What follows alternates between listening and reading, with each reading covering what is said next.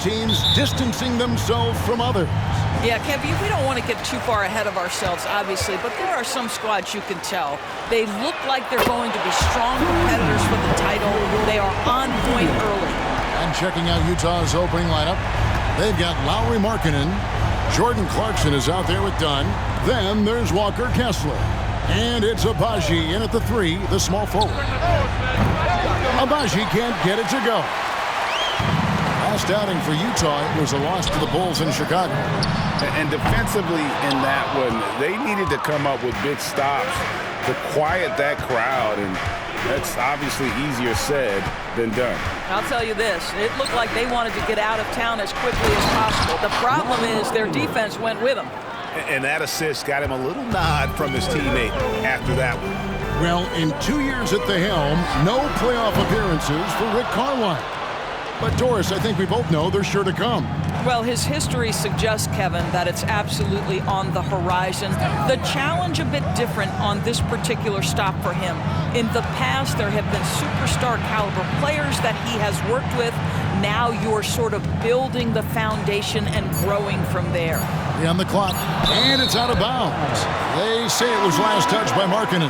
That looks like a lack of focus. You've got to question what he was trying to accomplish there. T.J. McConnell, he's checked in for Halliburton. And a switcher also for Utah.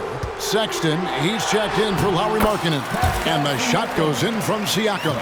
J.C. Siakam has added strength, so tough to contain. He doesn't mind a little contact, folks. Here's Dunn. The teardrop falls in. Well, instead of forcing it all the way to the cup, he just goes with that little teardrop. A baseline J. Siakam misses. Well, that's a blown defensive coverage, but it doesn't matter. He cannot answer the bell. Outstanding pass, on time and on target. 20 seconds left in the first quarter. Here's Siakam. Banked in off the glass. Check out the move by Pascal Siakam. Stop it, don't hurt him. Clarkson surveying the floor. From the stripe, and Utah again with the bucket. And I like to see this. They're calling his number early, and he's delivering. They know that if this guy goes off, their chances of winning rise exponentially. So at the end of one quarter of play, still a close game.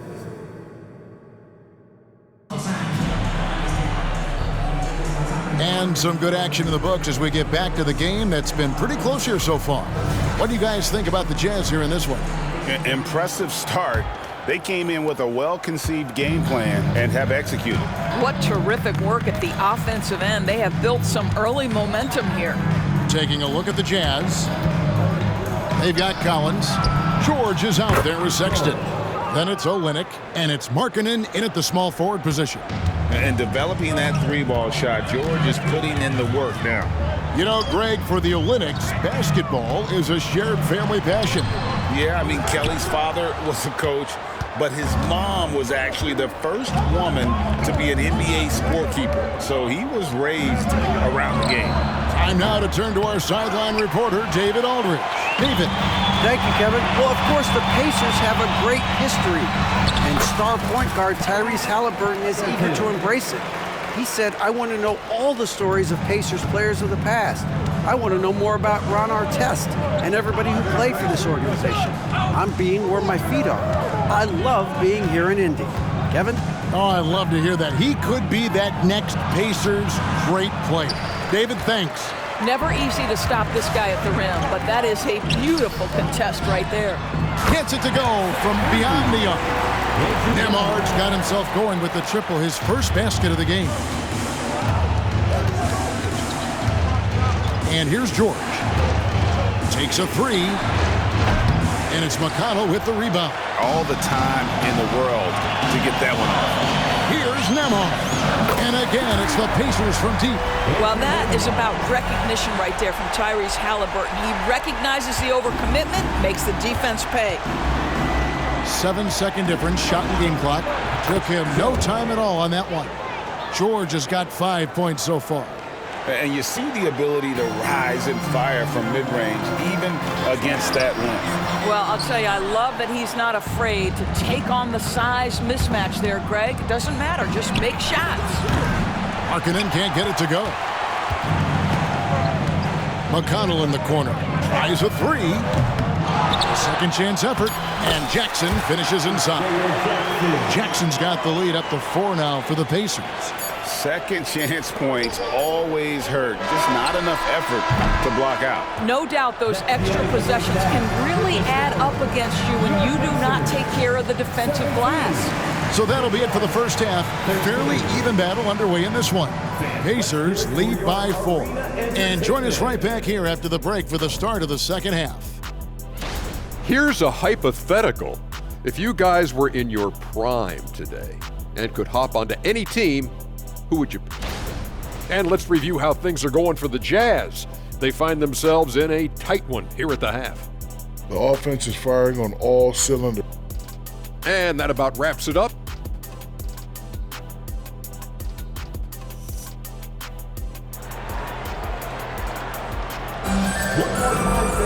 And if you're just joining us, we've played through the first half in a game that's been fairly even so far.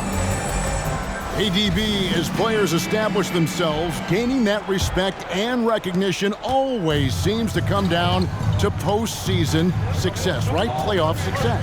It's so true, Kevin, whether it's fair or not. Great production in the regular season without having accompanying success in the postseason tends to get written off. So the pressure falls on teams to win or risk losing their star players. Nesmith is out there with Pascal Siakam. Then it's Turner. Then it's Halliburton. And it's Hield in at the 2. So that's the group out there for Indiana. And no one near Clarkson as he lets it go. His 3-pointer's off the mark. And Halliburton's got the ball here for the Pacers. 4-point game.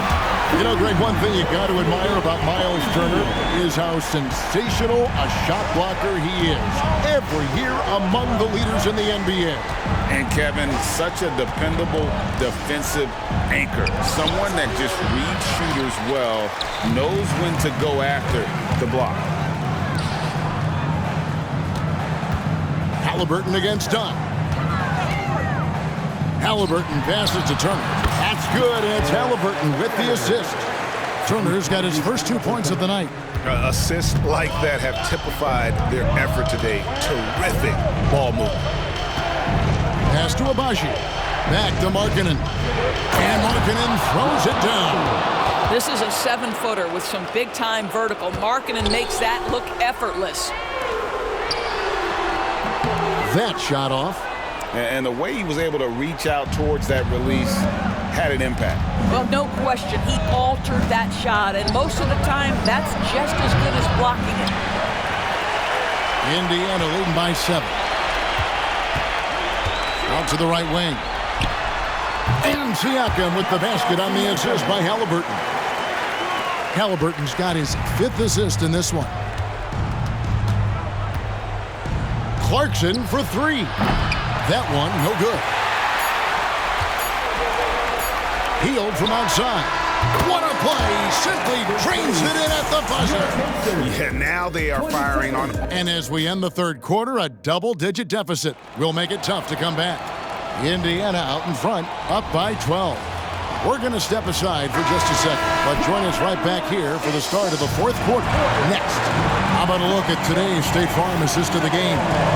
And the definition of teamwork right there, guys. I mean, what great communication between them, and what a beautiful feed. Nothing better than chemistry, right? Working together to create a bucket. And there have been 2 very different performances from these teams today as we get going in quarter number 4. And Utah looking at who they've got to start the 4th quarter. Walker Kessler is out there with Markkanen. Then there's Dunn. Then there's Jordan Clarkson. And it's Agbaji in at the 3. Stolen by Clarkson.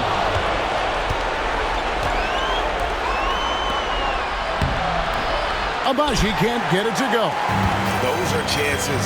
Almost always you can rely on him to get you 2 points, but the D, just enough to keep him out of rhythm. And this is going to end in a lopsided victory. I love the tenacity and aggressiveness as well as the ability to close. You really got to give it up here for the Pacers. At every opportunity, they managed to push the ball and keep the up-tempo game going. I think it paid off, that's for sure. And so with this win, they'll move to 6 victories on the season. And with the win approaching, they'll take the first game here of 2 that they'll play against this team. Nice to get that first one out of the way and set the tone. And you know, looking back at all the contributions tonight, it was a really phenomenal all-around game for Buddy Hield. What a relentless scoring night for this guy, in attack mode all evening. And that one drops. That's unblockable, that floater. One of the many shots in Dunn's arsenal. Here's Turner. And he makes the bucket, gets the whistle, and now a 3-point play chance here for him. Saw the opportunity to put this away and did not turn it down. Yeah, playing with great energy and great effort. And as a coach, you'd love to see this from your team every single night. So Utah ends up going with the new group. And finished off by Collins. I'm sure his teammates love having a guy like Collins on the receiving end of those alley-oops. As fun an assist as you'll get.